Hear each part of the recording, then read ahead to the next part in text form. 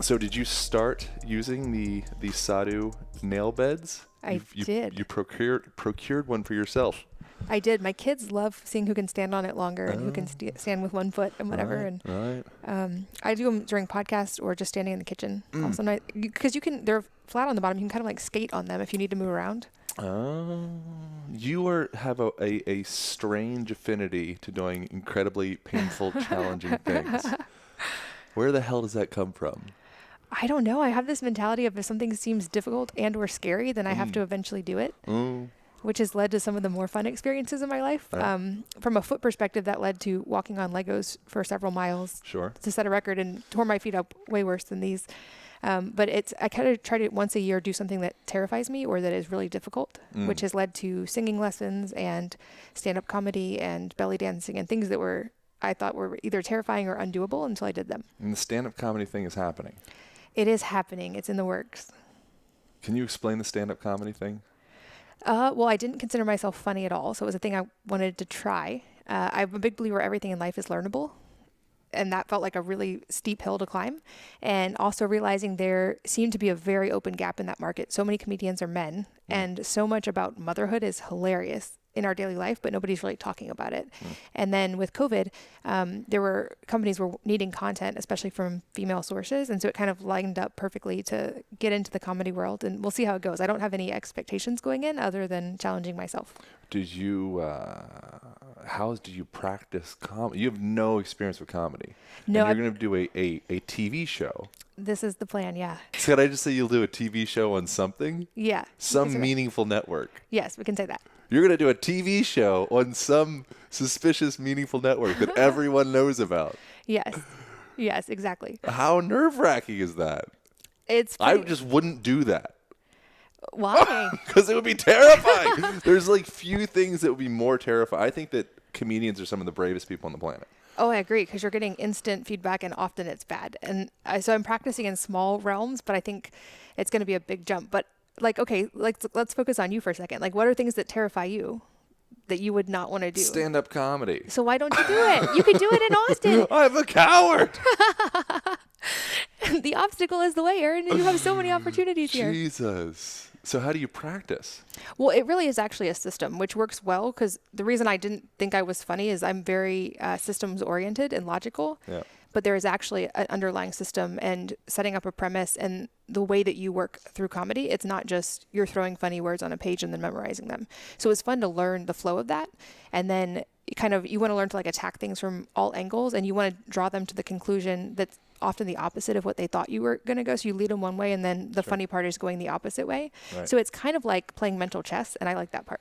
You read any books about comedy? Or are you just watching comedians? You got favorite comedians? I worked with a mentor. There are not a lot of female comedians. I did watch some of them as kind of research, but more of getting to know. I know my audience so well, and I know moms, and so kind of delving into that world. And I'm working with a mentor as well who has done stand-up, which I think is in anything new you're going to learn, it's often very, very helpful to have a mentor.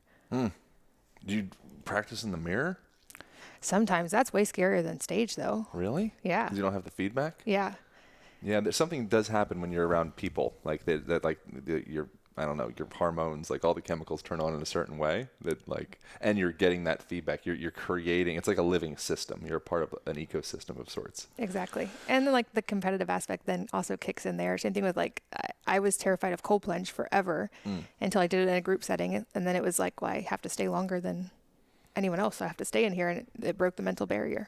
Have you learned anything? And I wanted to talk about endocrine-disrupting chemicals. That was one of the primary prongs of this conversation. But did you learn anything specific on how to be funnier, like the mechanics of creating a bit? Yes, you basically outline and set up all these premises, and then it's the most funny when you're able to do callbacks to something earlier on, especially in an unrelated way. But what surprised me the most is you want to be as concise as possible. So even the greats, whether the Joe Rogans, the Jerry Seinfelds, they may say a lot of words in an hour special, but their actual bits are very concise and funny. So it's constant change of information, and so people aren't getting bored. It's you have such a short. You have to keep them on track the whole time. If you lose their attention, you lose the laughs, and then you have to rebuild to get them back. Endocrine disrupting chemicals and things that are existing, they're lurking amongst our household, in our deodorizers, in our perfumes, and what the hell is what is that? It's a big, complex conversation that I think that probably a lot of people listen to this are probably at least savvy with. But what was your original interest in that, and what have you learned? What's been surprising to you? Yeah, I would guess a lot of people are savvy, but there was still a lot that surprised me, even knowing a decent amount about that before I really went deep on the research. So people have probably heard the stats of how many chemicals we're exposed to on a daily basis, whether it is that the average woman uses 12 personal care products and is exposed to 200 and something chemicals per day, or that babies are now born with over 300 chemicals in their cord blood, which is especially surprising because the placenta blocks a lot of chemicals. So this is just the ones that get through the placenta. So babies are starting day one with that toxic load. And we know also the stats of how rapidly health outcomes are changing and all these changes that we're seeing within the span of 1 to 2 generations, which is relatively unheard of. And when you start delving into the research on that, it's everything from plastic chemicals, which I know we've both talked about before, to the chemicals in our cleaners and personal care products are especially big offenders. And the reason I started really researching this was I had all these friends and family members who ate organic, who lived very clean lives, who were still using pretty toxic personal care products because they worked. And I realized they weren't willing to sacrifice how they looked or how they felt, understandably. Like, you don't want your teeth to look like crap or your hair, but they were still using the really toxic personal care products without realizing, because it's with food, we understand it's an input, it's going inside our body. So I think it's easier to understand it's having an effect. But people maybe don't realize that the same or more effect can happen from skin or mouth exposure. It's the reason you can put tobacco only in the mouth and not inhale it and still get a nicotine effect. It's the reason you can put drugs under the tongue and get a very meaningful effect. Most people are doing that daily with their personal care products that are then living on their skin, in their mouth, on their scalp, and being absorbed at a low level in the body all day. Same with toxic laundry products. Those are sitting on your skin and causing a low level response all day to those toxins. So what are some of the effects of this? Testosterone is obviously a thing. We were talking before of what's happening with the poor frogs and the atrazine. Is atrazine the term for the pesticide? Yeah, turning male frogs female. Turning male frogs female, and there's a bunch of contentious conversations of what may or may not, how that may or may not be contributing to the sexual function and the sexuality and the potential feminization of men in modern culture. It's pretty interesting. It's fascinating and a little scary, especially when you think of the fact when it starts happening on small animals. It's important to pay attention to that because they're going to show effects before or in a more meaningful way more quickly than humans will. But there's likely a similar crossover effect somewhere in humans. And so we know the hard stats of that men of our generation have a third of the testosterone that their grandfathers did at the same age, which is a really, really drastic decline in 2 generations, like unheard of in human history type of numbers. We also know that a lot of these chemicals, whether it's parabens, phthalates, some of these pesticides that you're talking about, and certainly plastic chemicals, have endocrine disrupting effects. So they mimic things like estrogen in the body. And this is harmful for males and females in different ways, but very harmful in both cases, especially when we're talking about children and pre-puberty and the lifelong consequences of that. And this is not small exposure either. I like to give the analogy of people will take a tiny ibuprofen and expect it to have a very meaningful effect on their body in pain relief, but ignore the fact that we're putting the same amount of those types of substances, like these endocrine disrupting substances, on our skin or in our mouth, in our hair, multiple times per day, and then assuming it's not going to have an effect. But when we look at the data, we know these things are building up in fat stores in the body. When you're talking about things like deodorant, they are building up in the lymph glands, in the armpits, and they exist in the body for years that we know of, potentially longer, and have to be pretty consciously detoxed to get rid of. And we're getting constant exposure without doing the things that help reduce the harmful effects of that. And then we're seeing a generation over generation really negative effect. Wow. Have you heard of like this cell of a modern human is some percentage corn and plastic, and we're essentially turning into ocean pollution that you'd see like floating around in a bottle. The plastic one is especially kind of scary because we're kind of the first generation to have grown up entirely with plastic. And the amount of saturation we have on an environmental perspective and in the human body is in the first generation of this exposure is really ominous for what the future will look like if we don't start making changes, because we know that plastic is present.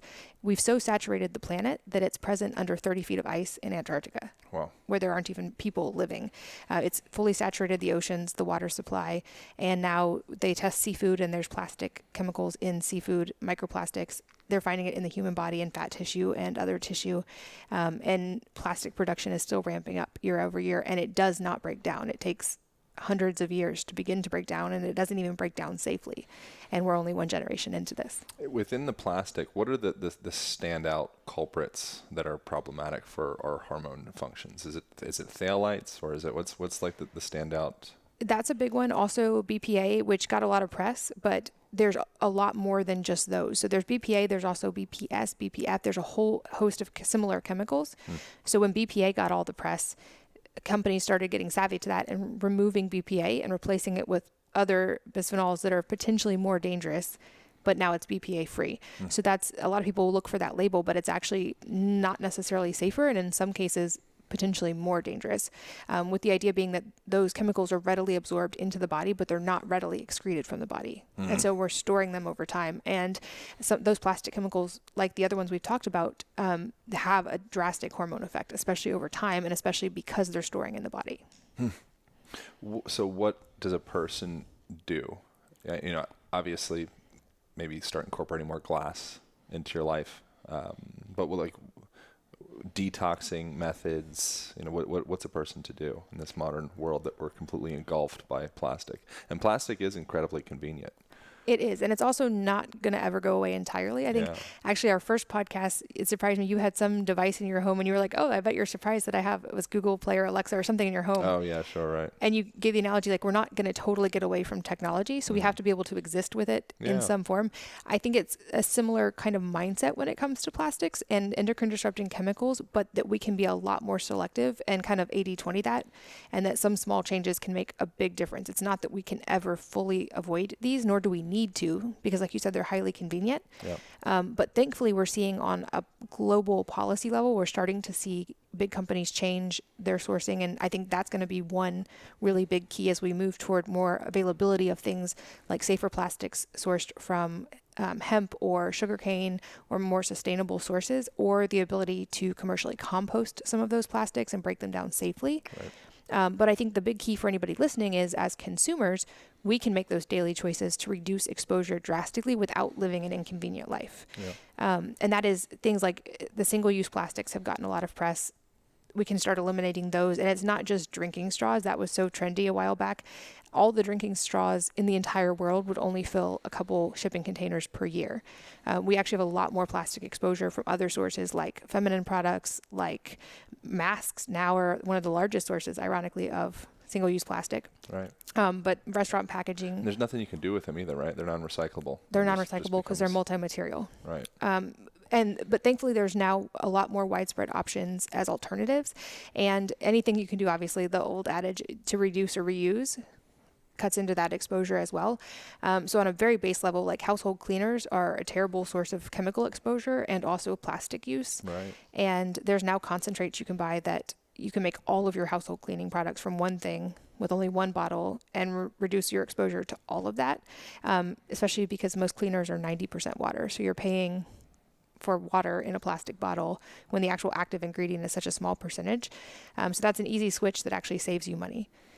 Same thing with personal care is if you switch out the few products you're using the most, you're going to reduce your exposure by about 80%. So that was why, like, for me, it was important to focus first on oral care and hair care, because that's across the population, the two biggest sources of exposure. And there weren't great natural alternatives that were as effective as the conventional alternatives. But it doesn't have to be a big ominous thing. We don't have to go live in the woods and eat only out of glass, nor is anyone going to do that. It's just making conscious choices that aren't inconvenient and that are just easy one-on-one switches in your lifestyle. And what's happening within deodorizers?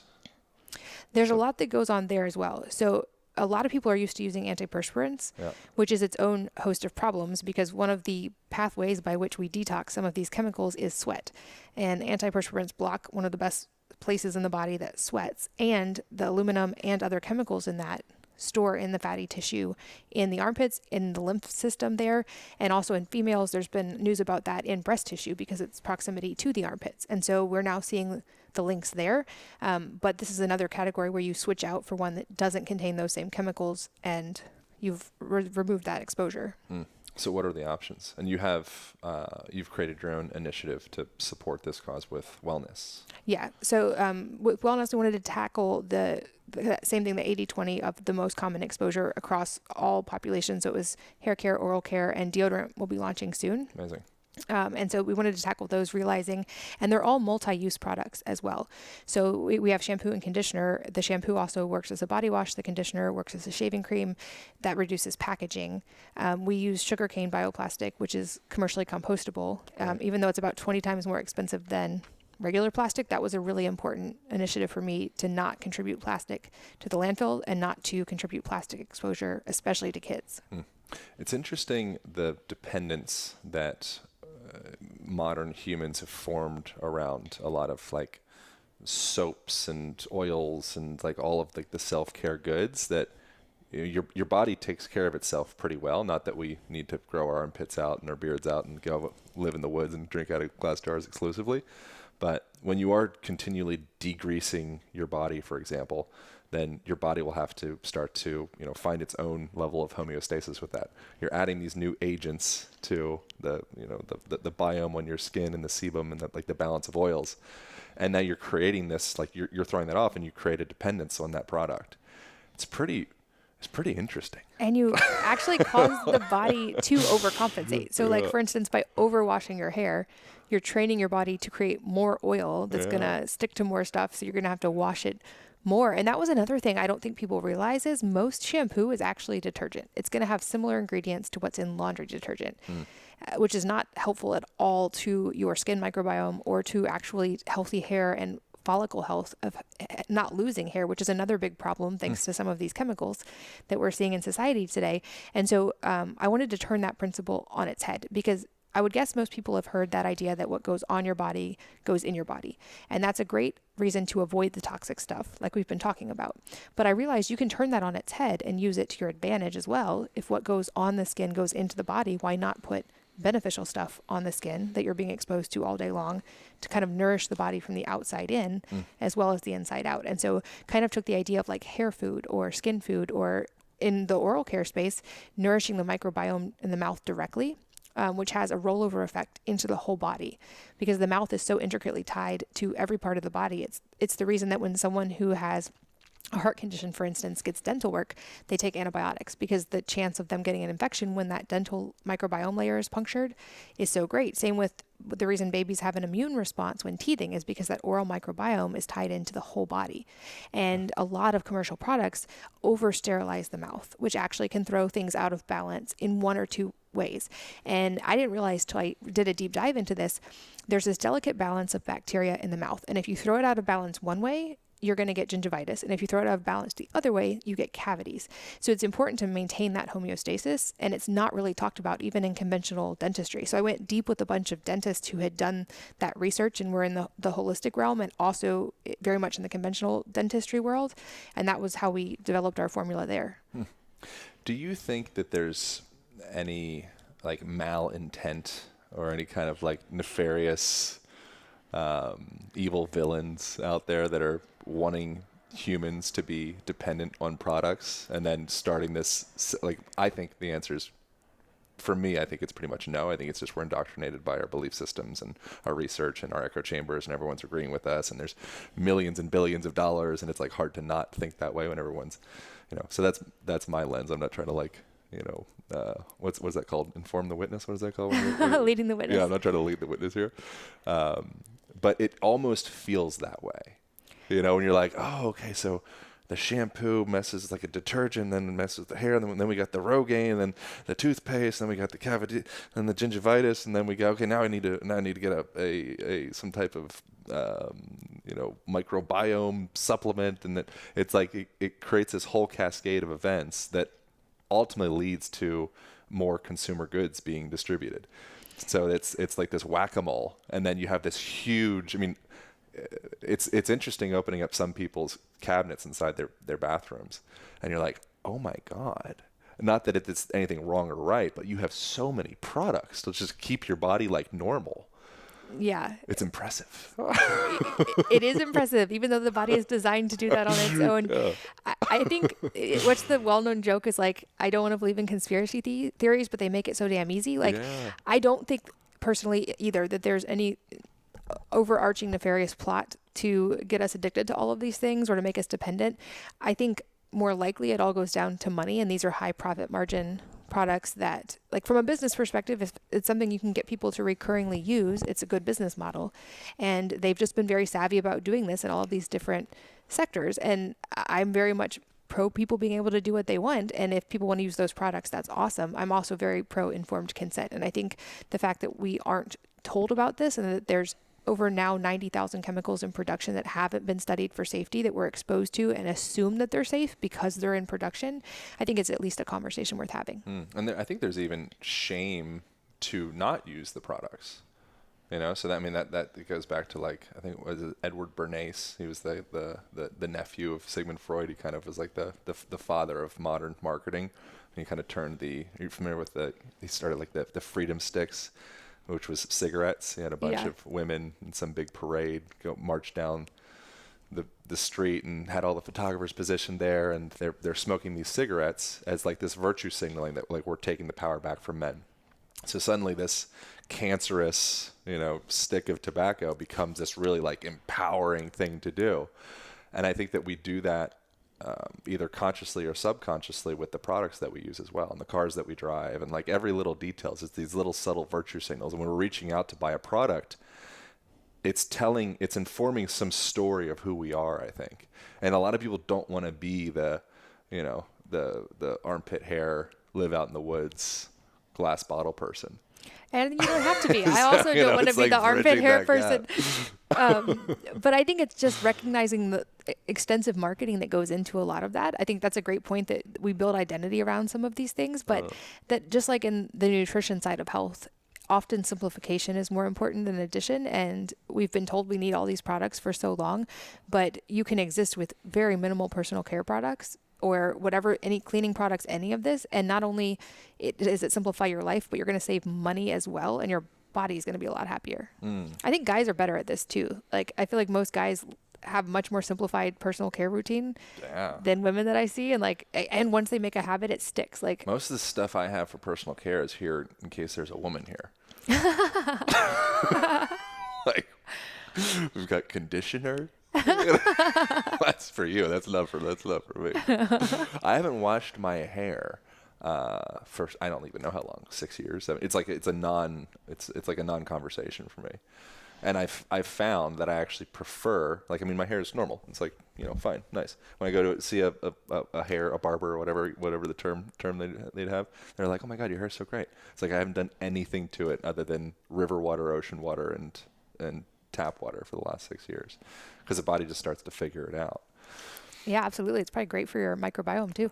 I think so. Is there other topical remedies we can be doing to start to cultivate the jungle that exists on our skin? Should we be like rubbing our face in dirt? Being outside is the biggest factor in that. I think, like, the reason that gardeners live longer, they've done some really cool studies about that. And a big part of it is vitamin D from the sun, obviously fresh air. We know the stats on all that, but also exposure to the soil microbiome as well. And humans are largely removed from that. We're walking around in shoes outside, not on the ground, which I know you talk about and get people to encourage them not to wear shoes as much. But we're not interacting with the natural world. And then our microbiome is formed from exposure to the chemical world. And that starts day one as well, especially when we're talking about babies being born in a hospital where there's over-sanitized environments and potentially the presence of resistant bacteria that can still exist in the hospital environment. Babies are getting their microbiome cultured from that, not from a more natural environment. Because babies are born, we used to think totally with a sterile gut. That's not actually true, but they don't have a fully developed immune system or microbiome yet. And that process happens starting at the moment of birth, hopefully through a vaginal delivery, where they're actually receiving those messages in that gut culture from their mother's microbiome on exit.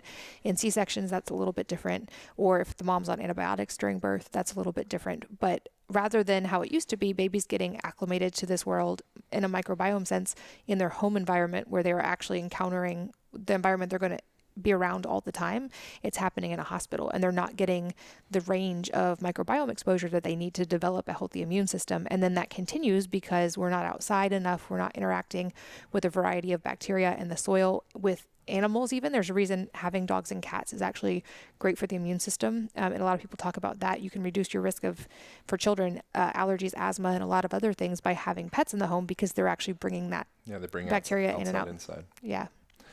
It feels like almost like nature is like our mother, or our father. It's, it like takes care of us. And it feels almost like there's this interjection of like a stepfather being modernity. And the stepfather's like telling us lies about the father.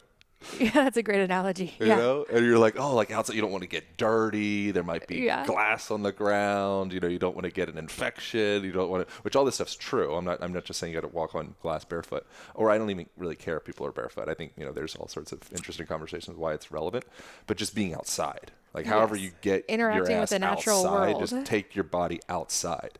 Yes. But within the same thing, like the virtue signaling of, being in a sexy coffee shop or in a sexy car, or wearing sexy perfume, or wearing high heels, or wearing all these different things that kind of remove you from that camping vibe, but if you look into the blue zones and the people that are, living to be really old and seemingly just like naturally, organically pretty healthy human beings, and they're not like doing a lot of health, it's just the way that they are. It seems like that's a consistent trend, is they kind of position their lives in such a way that they engage with nature with more regularity. And it's not weird. Yeah. That's the thing. When you start having these conversations, I think it's easy to tune out, and like rightfully so, because you're starting to kind of like say like, you got to throw everything, burn your couch, do all that stuff. It's like, have a couch, have high heels, do all of that. But spend time outside with people you love. It's just like, the integration. Exactly. Is that something that you actively do with your family? Are you like making activities be such that we're going to be outside, or how do you integrate this into your family? Absolutely. And our lives are largely built around that now, especially being in a warm area. And thankfully the environment where we live is a neighborhood where there's a ton of kids. And so my kids are outside almost all day. They come inside for a little while for the school that they do, and then they're outside with friends, often climbing trees or building forts or playing ball in the street.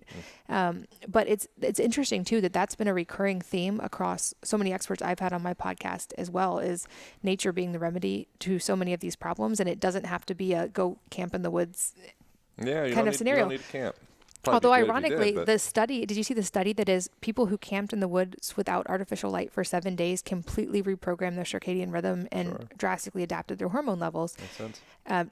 Doesn't mean you have to do that, but I've had experts like Dr. Hill come on and say the most meaningful things you can do for your brain, and he's done brain scans of thousands of people, are get up early and go outside before the sun comes up and get natural light first thing in the morning.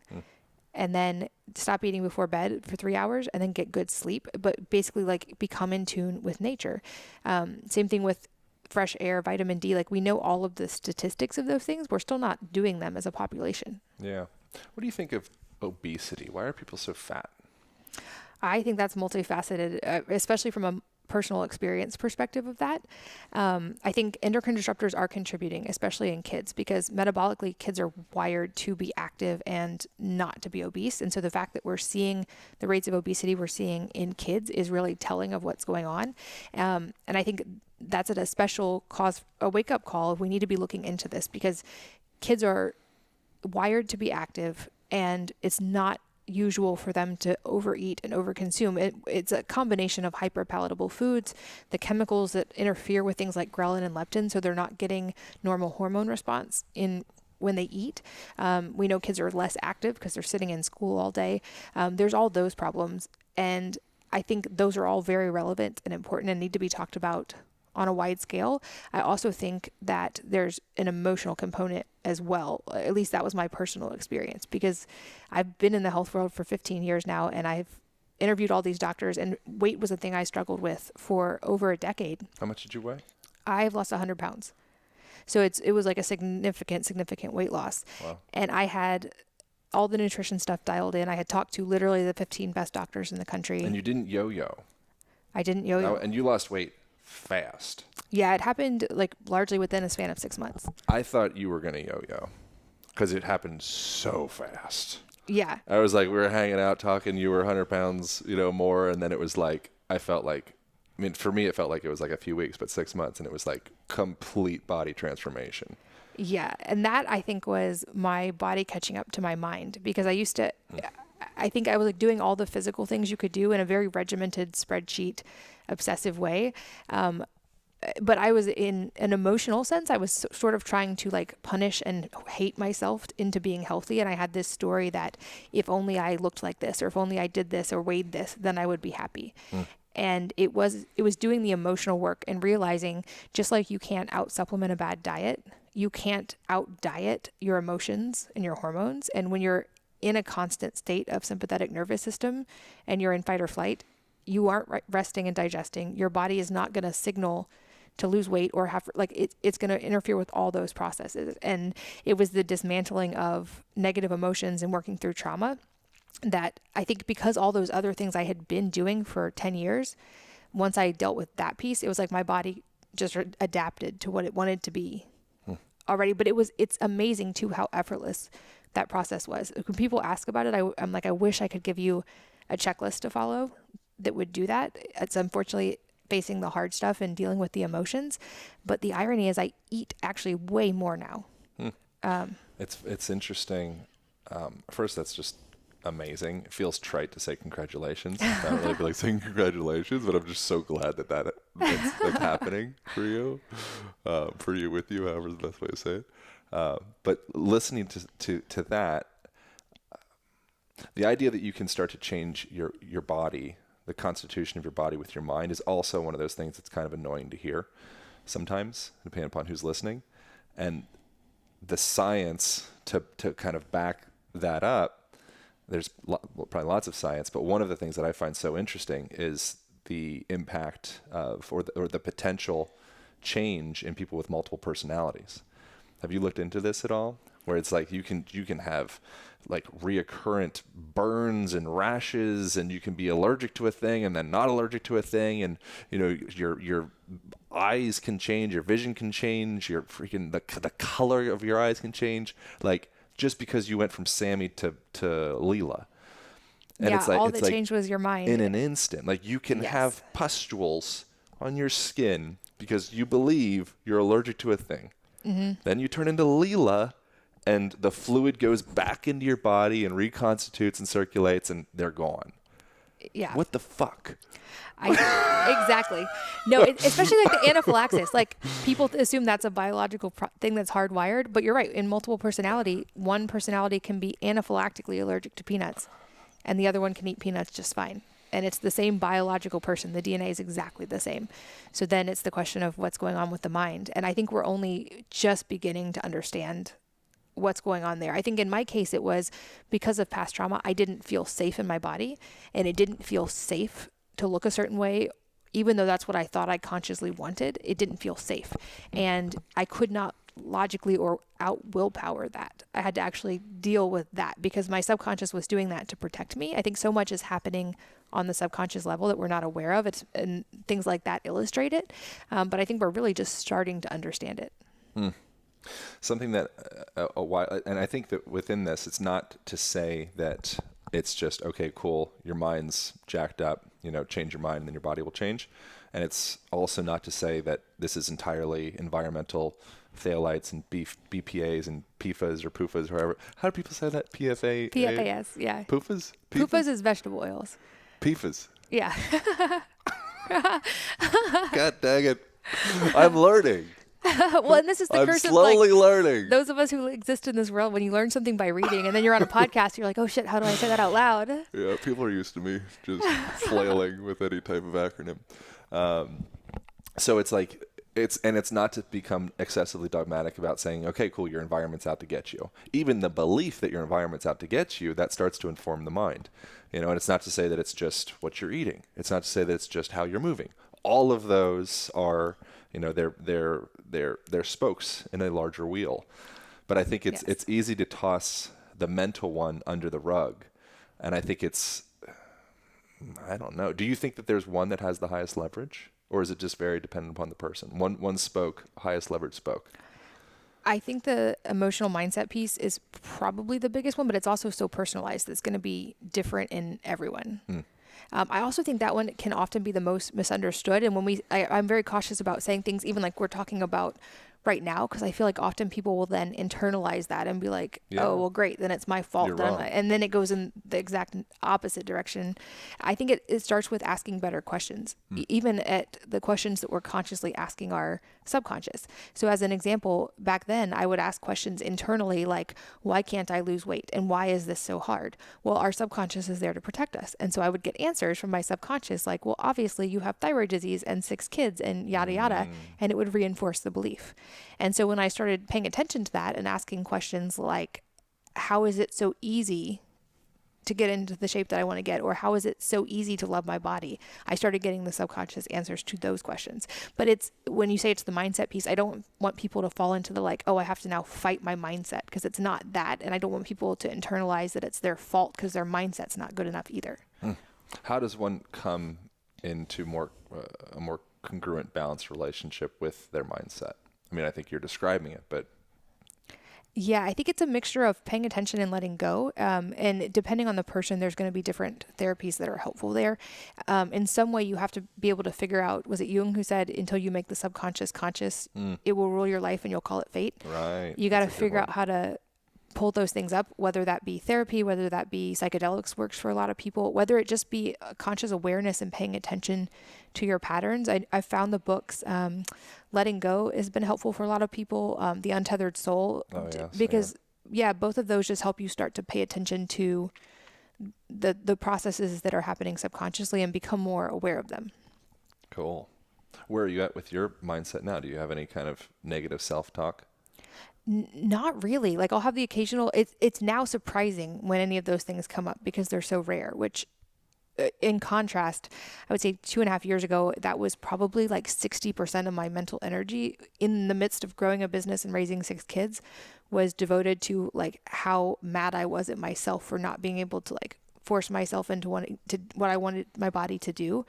And that was actually one of the moments that really made it hit home for me, was looking in the mirror one day and seeing my daughter look at me, look at myself in the mirror, and seeing it register in her face the way that I was looking at myself. Probably for the first time that she'd even realized someone would look at their body with anything other than respect for what it could do. Wow. Because she's an athlete and her body's this amazing tool that does these amazing things. And I saw the surprise in her eyes as she saw me look at myself like that. And that was this stops now moment. Like whatever it takes, this ends.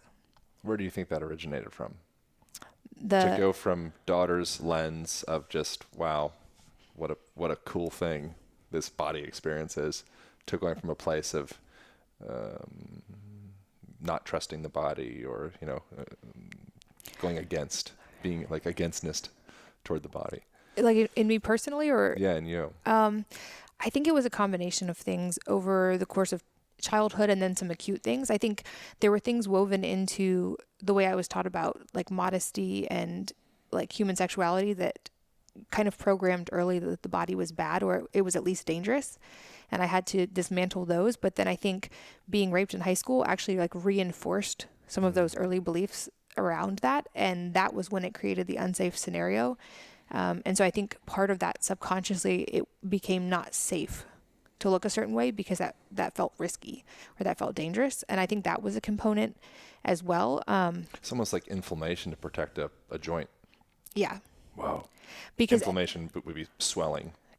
Exactly. Which makes complete sense, because when I first started dismantling that, and actually had that like somatic reaction to reliving the trauma and then like shook for hours, which was after our first podcast, actually, I lost 8 pounds by the next day, which is not biologically possible, technically. Like when you talk about weight loss, that's not possible in one day. So there was definitely an inflammation component. Damn. Yeah.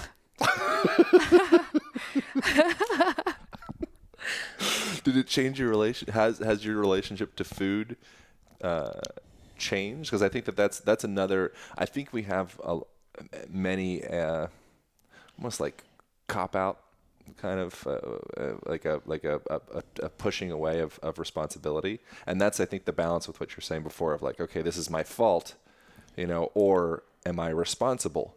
Because responsible, like being able to respond, is actually a really empowering position to be in.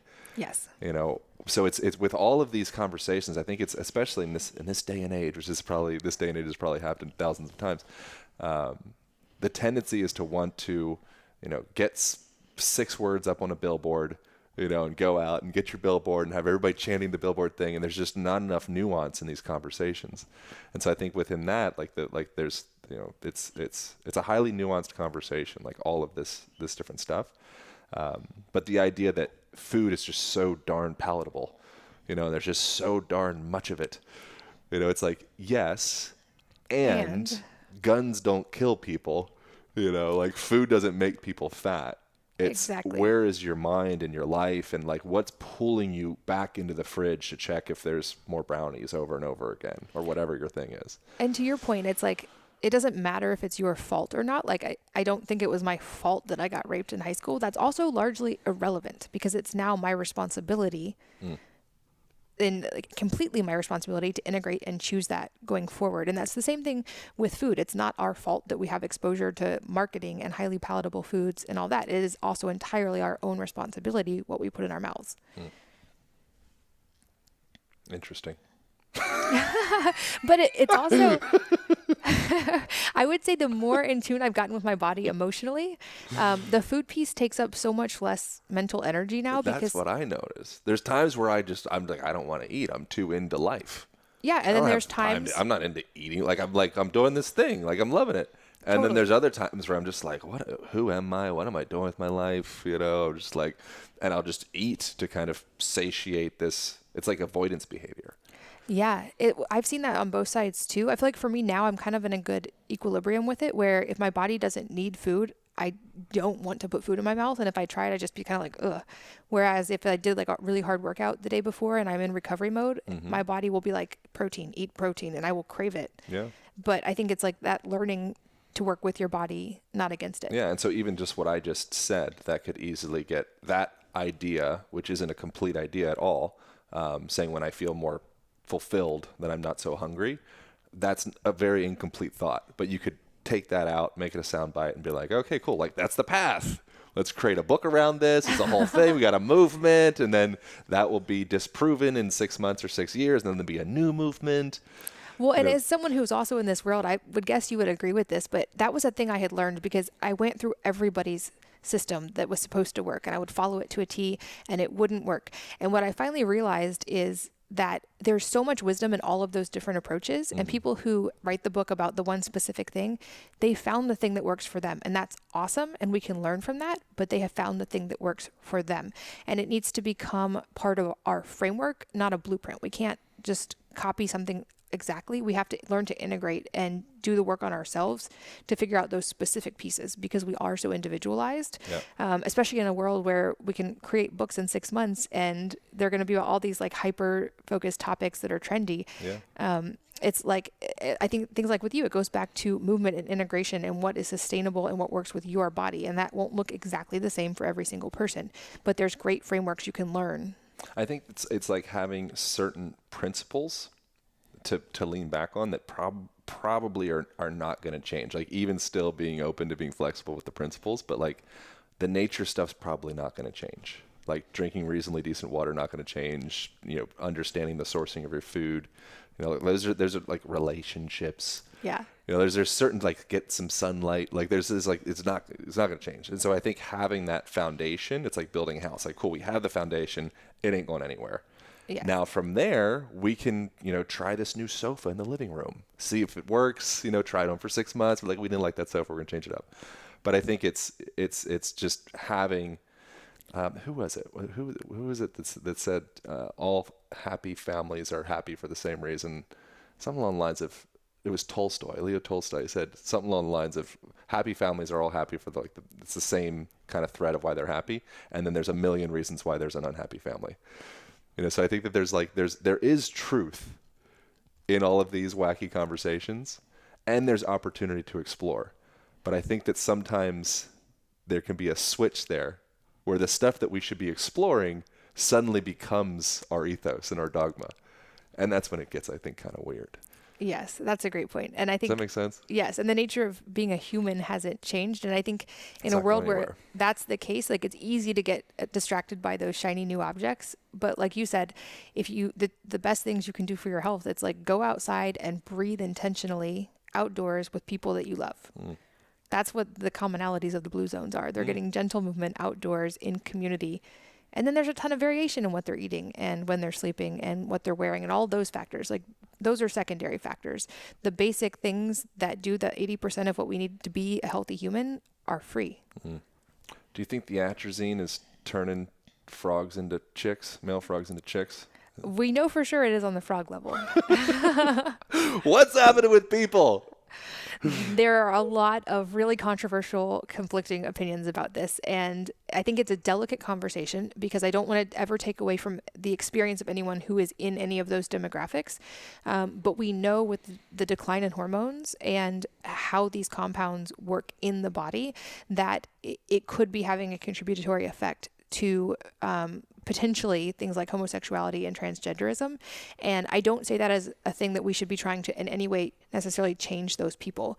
My point is if there's a biological thing that's happening that's affecting people on a wide scale, and especially in populations where there's higher rates of certain problems, including suicide, if there's an actual biological cause that could be helpful to these people, I feel like it's at least a topic that science should be exploring in a more involved way.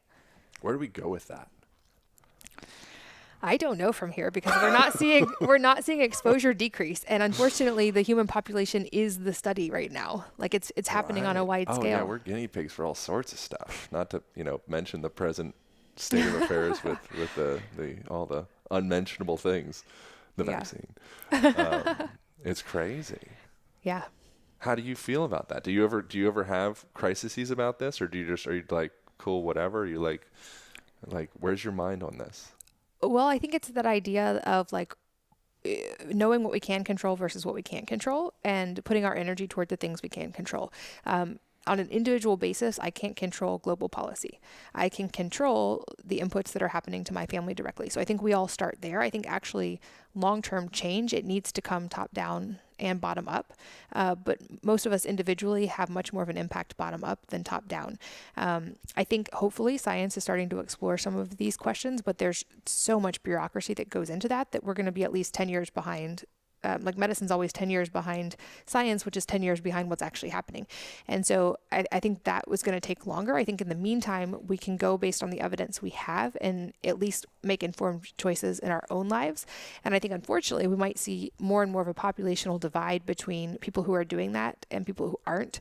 And I think that's somewhat how that data is going to play out. But I think we do at least have reasonably good options to make informed choices for our own families and our own lives. And I think we have to start there.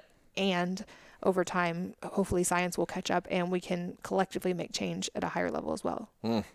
It's an interesting thing to lean back on science to be the solution. It's like the what's the Einstein quote said, having the same, can't solve a problem with the same The definition process. of insanity is, definition. Well, Yeah. the definition of insanity is done the same thing over and over again. Think you're going to get different results, but then, you can't fix a problem with the same thought process that created the problem. Yeah. So it's a really interesting, and I think that our minds, what is the Marshall McLuhan, the book Marshall McLuhan, the medium is the massage. His idea was the medium is the message. Yeah. And it's that our minds, like the education that we get we think that when we go to school, we're learning about arithmetic and history and all that. But what's actually really forming our minds and our bodies and like who we are is the shape of that room and, the social culture and, the politics and like the air, like that's really, we become the shape of our container. Where was I going with that? I had an idea. I was excited. I don't know what I was saying. With not being able to solve the problem the same way that you created it, or I don't know. I'm completely in Science the being woods. the I'm completely in the woods now. I was so excited about Marshall McLuhan. Well, I'm glad you brought up the school side though, because I think this is another component. And I think if anything, the last couple of years, this is a good silver lining that's come out of it is people are rethinking education in some ways. I think that's a huge key is that this is shaping our kids' lives and their environment. But also, it's not really a secret. It's well talked about now. The education system is so outdated, and it was designed to create workers who followed a certain schedule, and it does not create the kind of people that we need to solve these problems that we're talking about. And so I think we're seeing a change in education starting slowly, similar way from bottom up, and a lot more parents being open to that because of the last 2 years and everything that's gone on in the education system. Yep. I think that will also be part of the solution. I think if we raise kids who are critical thinkers and innovators and problem solvers, that will be a contribution to solving some of these problems. So that was my Marshall McLuhan thread. Thank you. You saved my life. So the where I was trying to jump to was, I think in many ways we've kind of pushed forward our health to the future. So like, oh, well, knee surgeries will be better, or heart transplants will be better, or, I'll get like, some bionic body at some point. It's just gonna be so awesome. And so it's kind of like, as opposed to just addressing the situation right now, coming into full responsibility for exactly what's happening in my environment, this present moment, I think it's very easy and convenient, and maybe feels safe, or, whatever the reasoning is, to kind of just push it forward and say like, oh, like science has got our back. So just wait around, like science will get us. We'll be good. We just need 10 more years, stay in your house. Science will sort this out. And I think that mindset, I don't know, I feel like we've learned, not everyone obviously has that mindset, but I think that mindset is kind of a product of the environment, and the conditioning that we have from the world that we live in. And I wonder if what do you think about that? Does that sound like some crazy shit? You can call me out anytime I say some stuff that's like, my God, I'm not tracking. No, I think you're on track with that one. And I think it's funny because people misunderstand science. The whole nature of science is constant questioning and not the answers. Like I've heard it said, if you want answers, go to a doctor. If you want questions, go to a scientist. And so we're expecting science to give us these answers. And the whole nature of it is to constantly question and overturn. And I agree. Like, I think there are people who hope for that technology to be available and to live to be 150 or whatever it is, but we have control over the variables right now, and we only actually have right now. Yeah. And we often like forget that and outsource that to the future. It was kind of like, I think that's a learned habit or learned mindset, to outsource your own, I don't know, medical sovereignty or sovereignty around your health, like biological sovereignty, to waiting for an outside source to sort you out, which is not to make it be like conspiracy theory-ish, but that's like incredibly profitable for that outside source. It's essentially being God. And also incredibly ineffective. Like I tell people a lot, I say it a lot, like you are your own primary healthcare provider. And in trying to find my own health answers, I consulted with at least 20 doctors, and I learned things from a lot of them, but none of them ever have the vested interest in your own health that you do, nor do they have the day-to-day data about your health that you do. And most importantly, you are the only one who can actually change it. And I think that's been a recurring theme, but taking full ownership for that and not expecting the answer to come from an outside source and not outsourcing our health. Not to say we shouldn't work with practitioners. I think the best outcomes actually happen when you have an informed patient who's taking full responsibility, working with a doctor or a specialist in whatever field who knows what they're doing and who respects the patient's autonomy. I think that's when the best outcomes happen. Yep. But I think in the Western world, we've been trained, like you said, to outsource our health to a practitioner and expect them to give us the answers when they can't possibly actually have all the data to do that. Yeah. I feel like it's like, I think there might be a book, something about killing your father, or maybe it's like an article or something, but I don't know where that idea came from exactly, but I think we're looking for a daddy. And at some point our literal dads will pass, unless we do before them, but at some point, or maybe a father figure or something like that, somebody older than us, high likelihood they're going to pass on. And we will come into terms that like, oh man, I'm not the son anymore. I'm not the kid anymore. Like, oh my God, I have a kid. I'm the father. Yes. And then that whole theater, that whole situation plays out with the kid, and we just keep on doing that. And then, I think it feels safe to have some high empirical overlord taking care of us. And then the reality is, you come into this world alone and you go out of this world alone, and, and then you're reaching in your time in between. But to come to a place of I guess, the same repeated thoughts: sovereignty, independence, responsibility, I think that there's a lot of, there's like a big mental, emotional, psychological conversation there that then trickles into health, the way that we eat and the way we medicate and the way that we move. Yeah, extremely interconnected. Yeah, I don't have a question with that.